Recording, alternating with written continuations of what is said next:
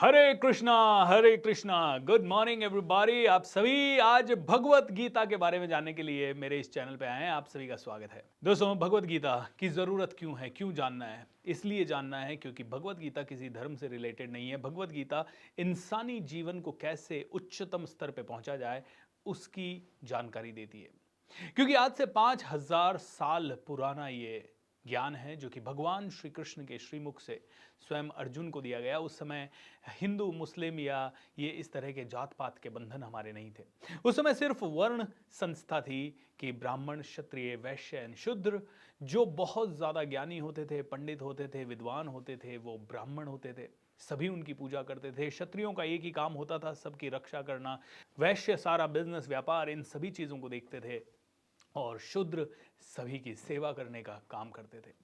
लेकिन आज वर्ण व्यवस्था नहीं है, आज जात पात की व्यवस्था आ गई है। और इस जात पात की व्यवस्था में तो भगवत गीता को हम सभी को जानना और भी ज़्यादा ज़रूरी है, ताकि हम सब समझ सकें कि एक इंसान का आचरण कैसा होना चाहिए। एक इंसान के अंदर देव तत्व भी है, एक इंसान के अंदर राक्षस तत्व भी है।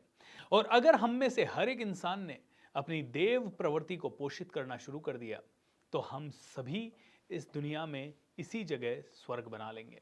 दोस्तों, आज भगवत गीता का रेलेवेंस इसलिए भी है क्योंकि घर घर में झगड़े हो रहे हैं, आदमी और ज्यादा ग्रीडी हो रहा है। हर इंसान के अंदर दुर्योधन, धृतराष्ट्र या मामा शकुनी की प्रवृत्तियां दिख ही जाती है। आज हर दूसरा आदमी किसी और का छीनना चाहता है, जल्दी धनवान बनना चाहता है, लालच कूट कूट कर भरा है। चाहे किसी और का बुरा हो चलेगा, लेकिन हमारा घर भरना चाहिए।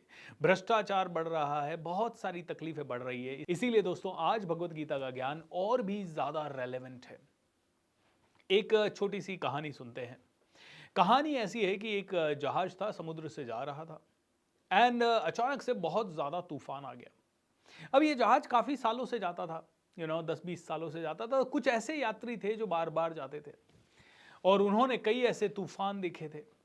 तो कुछ लोग ऐसे थे जिन्होंने कहा, यार ये तूफान आ रहा है, आके चला जाएगा। वो निश्चिंत होकर सोते रहे।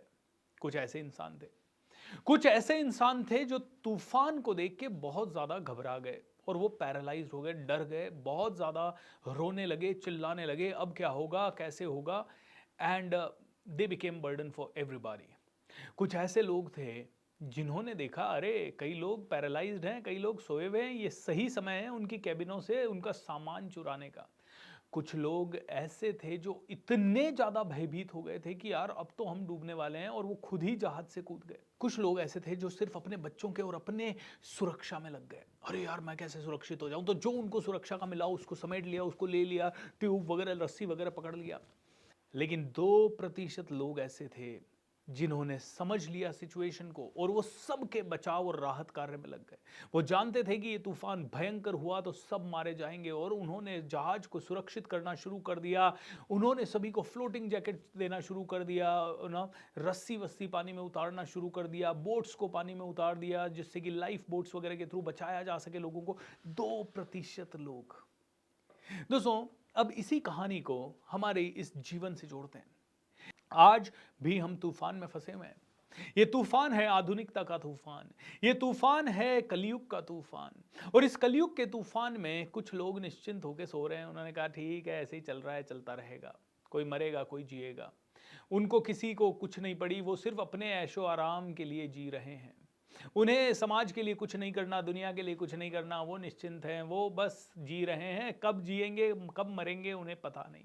कुछ लोग ऐसे हैं जो बहुत डर गए हैं इस कलयुग में और समझ नहीं आ रहा क्या होगा, डिप्रेशन में चले जा रहे हैं, कहीं ना कहीं बहुत ज़्यादा आश्रित हो चुके हैं कुछ लोगों पे।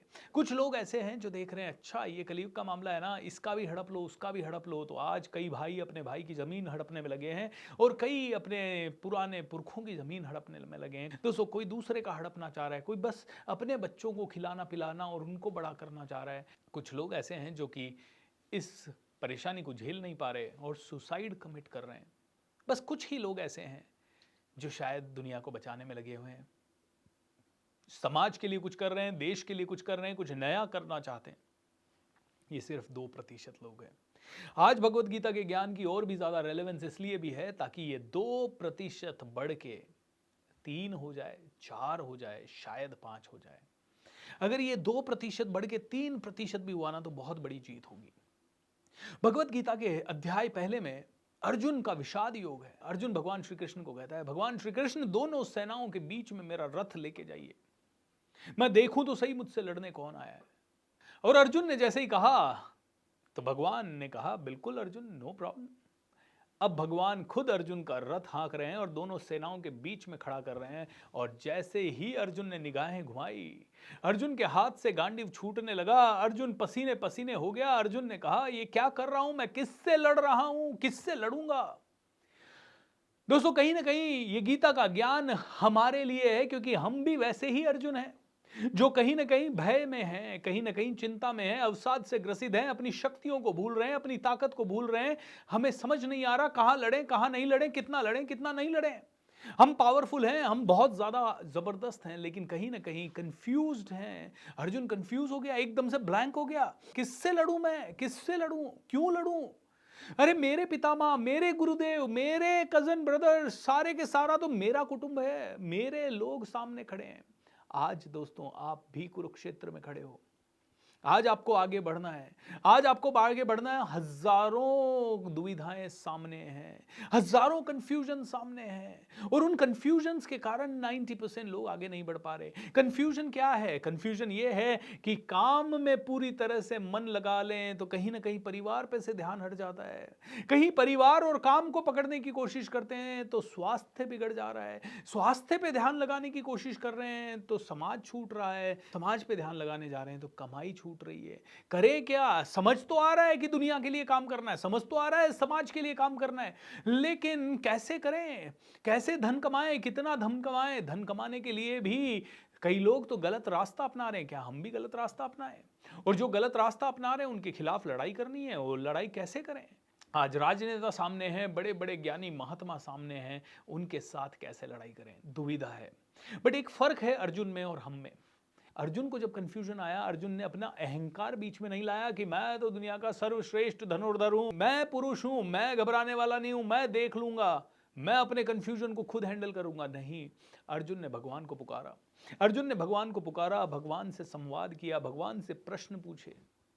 दोस्तों प्रॉब्लम यह है, जब हम में से कई लोग कंफ्यूज होते हैं तो हम राय कैसे लोगों की ले लेते हैं। दुर्योधन ने कैसे लोगों की राय ली? मामा शकुनी की। अर्जुन ने किन की राय ली? योगेश्वर भगवान श्री कृष्ण की। बोलो कृष्ण कन्हैया लाल की जय। दोस्तों अर्जुन ने किन की राय ली? भगवान श्री कृष्ण की। शकुनी की राय ली दुर्योधन ने, दुर्योधन का विनाश हो गया। अर्जुन ने राय ली भगवान श्री कृष्ण की। भगवान श्री कृष्ण के श्रीमुख से गीता निकली, एंड आज वो गीता जी घर घर में है। दोस्तों ये ही डिफरेंस है। तो सबसे पहला तो मैं कहूंगा, अर्जुन की तरह भगवान से अपना रिलेशन पावरफुल बनाइए। ये गीता का ज्ञान सिर्फ अर्जुन को मिला क्योंकि अर्जुन का ही पूर्ण विश्वास था, अटूट विश्वास था भगवान के अंदर। अर्जुन जानते थे कि भगवान है योगेश्वर श्री कृष्ण, और भगवान ही मुझे रास्ता दिखा सकते हैं। जब वो दुर्योधन और अर्जुन दोनों साथ में पहुंचे, दुर्योधन बैठ गया भगवान के सर की तरफ जाके, अर्जुन बैठ गया भगवान के पांव की तरफ जाके। भगवान ने अर्जुन को पहले देखा और भगवान ने कहा, दोनों आप आए हो, ओके ग्रेट, क्या मांगने आए हो? दुर्योधन ने कहा, साहब हम आपसे मांगने आए हैं कुछ। ऑलराइट, क्या मांगने आए हो? तो मैं उसको पहले दूंगा जिसको मैंने पहले देखा, और मैंने पहले अर्जुन को देखा। तो अर्जुन तुम्हें क्या चाहिए?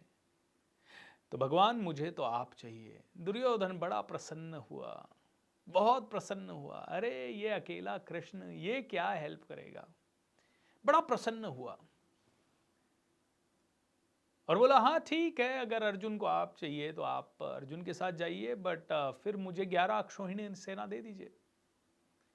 11 अक्षौहिणी सेना लेके दुर्योधन चला गया माय डियर फ्रेंड। लेकिन जिसका कनेक्शन भगवान से स्ट्रांग है वो ही जीता अल्टीमेटली, क्योंकि अर्जुन के अंदर विवेक था, अर्जुन के अंदर बुद्धि थी, अर्जुन के अंदर समझ थी। आज जीवन के जिस कुरुक्षेत्र में आप और मैं खड़े हैं, वहां पे एक प्रॉब्लम यह है कि 90% लोग अपनी बुद्धि और विवेक यानी कॉमन सेंस का यूज नहीं कर रहे। हमें कंफ्यूजन तो है, हमें आगे तो बढ़ना है। हम 10 साल से, 20 साल से, 25 साल से चाह रहे हैं कि हम ज़्यादा पैसा कमा लें। हम 25 साल से कोशिश कर रहे हैं कि हम बहुत आगे बढ़ जाएं। हम 25 साल से कोशिश कर रहे हैं कि हमारी ज़िंदगी स्वर्ग बन जाए, लेकिन हर रोज़ हमारी उलझनें बढ़ रही है, हर रोज़ हमारे परिवारों में झगड़े बढ़ रहे हैं, हर रोज़ हमारे मनमुटाव बढ़ रहे हैं। कहीं ना कहीं पैसा कमाना चाहते हैं, लेकिन खर्चे इतने ज़्यादा हो रहे हैं कि पैसा जितना भी कमा रहे हैं उतना कम पड़ रहा है। एक समय था जब लाख रुपए कमाना चाहते थे और उस समय 2-4 हज़ार की इनकम थी, आज लाख रुपए कमा रहे हैं, लेकिन आज ऐसा लग रहा है 15-20 लाख के बिना तो काम नहीं होगा। जिस दिन 15-20 लाख कमाने लग जाओगे उस दिन वहां पे भी काम नहीं होगा। कहीं ना कहीं कंफ्यूजन ही कंफ्यूजन है। वो है ना गाना, कंफ्यूजन ही कंफ्यूजन है, सोल्यूशन कुछ मिला नहीं। सोल्यूशन जब मिला तो साला क्वेश्चन क्या था पता नहीं। दोस्तों, पहला हमारा प्रॉब्लम, हम कंफ्यूज्ड बहुत ज़्यादा हैं। दूसरा, हमारा भगवान से या हायर एनर्जी से कनेक्शन नहीं है। तीसरा, अगर कनेक्शन भी होता है तो हम किसी तरह के सवाल नहीं पूछते, उन सवालों का उत्तर खोजने के लिए नहीं जाते। नंबर 4, हम ऐसे लोगों की राय ले लेते हैं जो लोग शायद राय देने के लिए काबिल ही नहीं है। ओके, आप उन लोगों के साथ उठते बैठते हो जो आपके लेवल के हैं। अर्जुन उन लोगों के साथ यानी भगवान श्री कृष्ण के साथ बैठ रहा था जो कि उनसे हजारों लाखों गुना ऊपर थे। हम उन लोगों के साथ जनरली, एक मिडिल क्लास के साथ ही बैठ रहा है, एक एवरेज पर्सन के साथ ही बैठ रहा है, रिक्शा वाले के साथ ही बैठ रहा है, तो उससे क्या प्रॉब्लम हो रही है? उससे आपको कोई वो व्यक्ति मिल ही नहीं रहा जो आपसे ऊपर के लेवल का है और आपको बहुत सारी राय दे सके। धृतराष्ट्र पूछते हैं संजय से, भाई बता संजय भाई क्या चल रहा है कुरुक्षेत्र में? धृतराष्ट्र मतलब जिसको राज्य से बहुत ज्यादा आसक्ति है, अपने पुत्र से बहुत ज्यादा मोह है।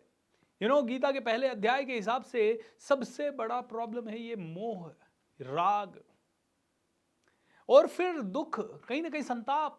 कहीं ना कहीं हर चीज के लिए थोड़ा सा भी हमारी जिंदगी में कुछ बुरा हुआ हम दुखी हो जाते हैं। ये बहुत बड़ा प्रॉब्लम है। बोलते हैं पूरी महाभारत इसीलिए हो गई क्योंकि ये मोह नहीं छूट रहा लोगों से। किसी को बच्चे का मोह, किसी को प्रॉपर्टी का मोह, तो धृतराष्ट्र को किसका मोह है? दुर्योधन का मोह। वो नहीं चाहता कि फेयर डीलिंग हो, वो जानता है सब कुछ बुरा हो रहा है, वो जानता है कि दुर्योधन ने जो किया गलत किया, लेकिन उसका पुत्र मोह ऐसा है कि वो कहता है यार भाई मेरा बेटा ही सही है, मैं तो उसी को सपोर्ट करूंगा। आज की डेट में हम लोग अपनी वैल्यूज को भूल गए, धृतराष्ट्र अपनी वैल्यू को भूल गए, महाभारत हो गई। धृतराष्ट्र कहते हैं क्या हुआ संजय? संजय कह रहा है कि भाई कुरुक्षेत्र के मैदान में सेनाएं सज गई है, दुर्योधन जा रहा है गुरु द्रोण के पास और कह रहा है देखो उनकी सेना में कौन कौन है। उनकी सेना में भीम है, उनकी सेना में भीम है, अर्जुन है, नकुल, सहदेव, युधिष्ठिर है, लेकिन गुरुदेव मेरी सेना में देखिए कौन है, आप जिनको कोई हरा नहीं सकता, जब तक आपके हाथों में शस्त्र है कोई हरा नहीं सकता। हमारे साथ हैं भीष्म पितामह जो अजय हैं। पूरी सेना को आप आदेश दीजिए कि भीष्म को प्रोटेक्ट करें। दोस्तों, यही हो रहा है हमारे साथ। कुरुक्षेत्र क्या, हमारा खुद का शरीर, सारे के सारे विकार जो हमारे शरीर में हो रहे हैं वो ही कहीं ना कहीं कौरव है। और हमें किनसे लड़ना है? इन्हीं कौरवों से लड़ना है। हमें और ज्यादा प्योर होना है ताकि हमारा भी कनेक्शन अर्जुन की तरह भगवान से हो जाए। और भगवान से अगर हमारा कनेक्शन हो गया तो we will be great. Duryodhan अंदर से डरा हुआ भी है और दुर्योधन अंदर से घबराया हुआ भी है, लेकिन वो घबराहट दिखा नहीं रहा है। अहंकार, मैं ही बड़ा, मैं ही जीतूंगा, मेरे पास कौन है? भीष्म है, देखो। और वो जानता है कि वो खुद जीत नहीं सकता, तो इन्हीं के बूते पे जीतेगा। तो पितामह भीष्म को और गुरुदेव द्रोण को वो तो वो पितामह भीष्म की तारीफ करता है, गुरुदेव द्रोण की तारीफ करता है। अगर किसी धूर्त इंसान को देखना है तो दुर्योधन को देखो। अब ये दुर्योधन क्या है? ये ऐसे ही दूसरे के कंधे पे रख के बंदूक चलाना चाहता है, खुद पीछे छुपना चाहता है, दूसरे के कंधे पे रख के बंदूक चलाना चाहता है। अहंकार की मूरत है। आज हर दूसरा आदमी अहंकार से ग्रसित है। उसे कह दो तू सीख, थोड़ा बदल, मैं और बदलूं, हो ही नहीं सकता, मेरे पास मैं सबसे ज्यादा जानता हूं। आज हर दूसरा आदमी कहता है मैं सबसे ज्यादा जानता हूं। हर चौथा आदमी ज्यादा बात करता है। कहीं पे भी चली जाइए आप, शादी ब्याह में आपको ऐसे लोग मिल जाएंगे जो कि इतनी ज्यादा बात करते हैं। और क्यों बात करते हैं पता नहीं। विद्वान लोग जो होते हैं ना वो कम बोलते हैं। विद्वान लोग जो होते हैं वो कम बोलते हैं। तो गीता का जो पहला अध्याय है वो सिर्फ वर्णन कर रहा है कैरेक्टर्स का वर्णन कर रहा है कि भाई पांडवों की सेना किससे प्रोटेक्टेड है? भीम द्वारा। भीम क्या है? भाव है, भाव। आप अगर अपने जीवन में कोई भी लक्ष्य पाना चाहते हो तो आपको सबसे बड़ी एक ही चीज चाहिए, इमोशन यानी भाव, कि मुझे वो ही चाहिए। अगर आपके पास भी भाव भीम जैसा है ना तो आप किसी भी चीज को पा सकते हो। अर्जुन क्या है? अनुराग, करुणा, प्रेम, मैत्री। ये अनुराग है अर्जुन। धर्मराज युधिष्ठिर, धर्म का आचरण करने वाले, नियम का आचरण करने वाले नकुल, सत्संग का आचरण करने वाले सहदेव, ऐसे 5 लोगों के बारे में वर्णन करता है दुर्योधन जाके। और हमारे पास है पितामह भीष्म, पूरी सेना को बोलता है भीष्म को प्रोटेक्ट करो, जब तक भीष्म खड़े रहेंगे हम जिंदा रहेंगे। तो क्यों कहता है वो भीष्म को प्रोटेक्ट करो? The reason is very simple. ये भीष्म जब तक खड़े हैं, इनको इच्छा मृत्यु का वरदान है। ये जब तक खड़े हैं, इनको कोई हरा नहीं सकता। अब भीष्म पितामह की बात अगर करें तो भीष्म पितामह को बहुत बड़ा भ्रम था। उन्होंने, अगर आपको बैक स्टोरी पता है, तो उनके पिता शांतनु जी को एक मत्स्य कन्या से प्यार हो गया था और वो उससे शादी करना चाहते थे। जब शांतनु महाराज कन्या के पिताजी से मिलने गए तो उन्होंने कहा, भाई तुम्हारा पुत्र तो बड़ा हो गया है, कल को राजगद्दी पे वो बैठेगा तो मेरी पुत्री के बच्चे तो उसके सेवक बने रहेंगे, तो मैं तो तुमसे विवाह नहीं करवाऊंगा। इस बात के कारण शांतनु महाराज बहुत चिंता में रहने लगे, डिप्रेशन में चले गए, खाना पीना छोड़ दिया। जब देवव्रत को यह समझ में आया, देवव्रत यानी भीष्म पितामह, जब उनको ये समझ में आया, देवव्रत गए सत्यवती जी के पिताजी के पास और बोला कि भाई मेरे पिताजी डिप्रेशन में आ रखे हैं, उनका शादी करवा दो। तो सत्यवती के पिताजी ने भी कहा कि भाई देखो, कंडीशन तो मेरी यही है कि कल को तुम राजा बनोगे और वो लोग तुम्हारे सेवक रहेंगे, ये तो मंजूर नहीं है मेरे को। तो भीष्म पितामह ने कहा, चलिए मैं आपको वचन देता हूं, मैं कभी राजगद्दी पे नहीं बैठूंगा और सत्यवती जी के जो पुत्र होंगे वही राजगद्दी पे बैठेंगे। तो सत्यवती जी के पिताजी ने एक और चीज़ पूछी, भाई चलो ठीक है, तुम तो राजगद्दी पे नहीं बैठोगे, लेकिन कल को तुम्हारे बच्चे होंगे, वो कहेंगे भाई मेरे पिताजी का राज था, वो लड़ेंगे मेरे बच्चों से, वो लड़ेंगे सत्यवती के बच्चों से, फिर क्या? तो भीष्म पितामह ने एक और प्रतिज्ञा ले ली। क्या? कि मैं आजीवन कुंवारा रहूंगा। अब देखिए, पूरी की पूरी महाभारत के पीछे ये भी एक बहुत बड़ा कारण रहा। जब योग्य राजा राज नहीं करता और दुर्योधन राजा बन जाए तो उस राज्य का हाल वो ही होता है जो हस्तिनापुर का हुआ। अगर भीष्म पितामह, जो कि अपनी बातों के पक्के थे, जुबान के पक्के थे, वैल्यू सिस्टम के पक्के थे, जबरदस्त योद्धा थे, निर्णय क्षमता जबरदस्त थी एंड सभी के साथ न्याय करना जानते थे, अगर ऐसे राजा हस्तिनापुर को मिलते तो महाभारत कभी होती नहीं।